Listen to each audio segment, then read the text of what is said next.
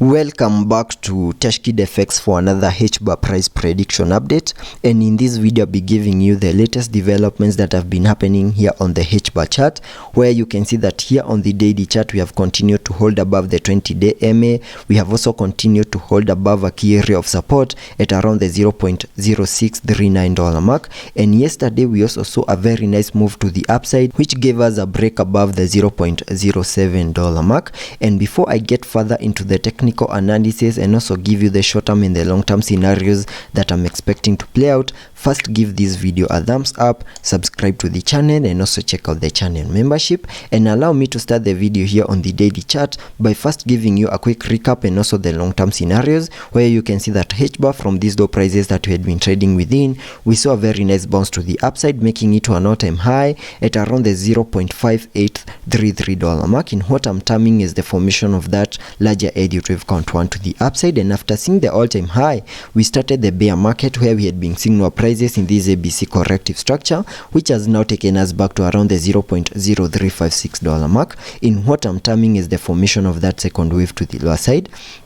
And after seeing the formation of that wave 2, whatever we expect on the long-term scenarios is a bounce to the upside in the formation of a larger Elliot wave count 3. And using the trend-based Fibonacci, I have a target area to the upside in the formation of that wave 3 at the Fib level 1.618, which perfectly lies at around the $0.9768 mark. And that is the minimum that I'm expecting Hbar to do on the long-term scenarios. And jumping to the 1-hour chart for further analysis and also give you the short-term scenarios that I'm expecting to play out. Here on the 1-hour chart, you can see that down here, this is where we made our low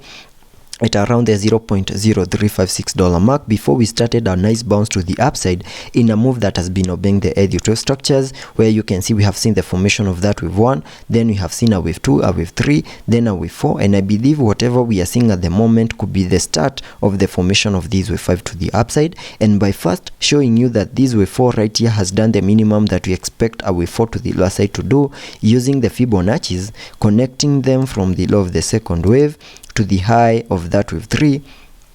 that gives me a minimum retracement area in the formation of that wave 4 between the Fib level 0.382 and the Fib level 0.5, and that target area is between the $0.064 mark and the $0.0588 mark, which is a target area that we have fully maximized. And there are chances that whatever we are seeing at the moment is the start of a nice bounce to the upside in the formation of this wave 5. And here on the 1-hour chart, you can also see that we have managed to break above the 20-day MA, meaning we have the support that we need for us to continue pushing even higher. Also, given the support that we have here on the daily chart at around the $0.0639 mark, then we have massive support for us to continue pushing even higher. Also managed to break above the high that we made at around the $0.0808 mark, and once that happens, then that will be enough confirmation that whatever we are seeing is the formation of this wave 5, and giving you a target area to the upside in the formation of that wave 5,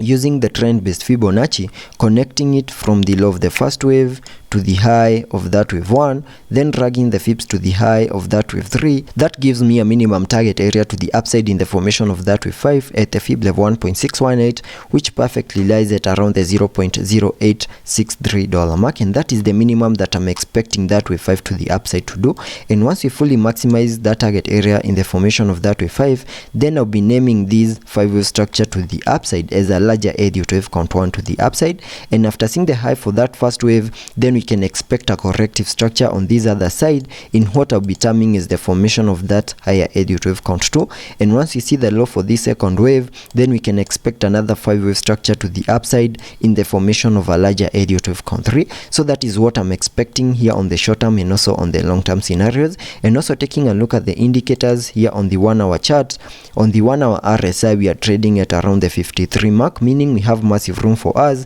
to fully support higher prices in the formation of that wave 3, wave 5,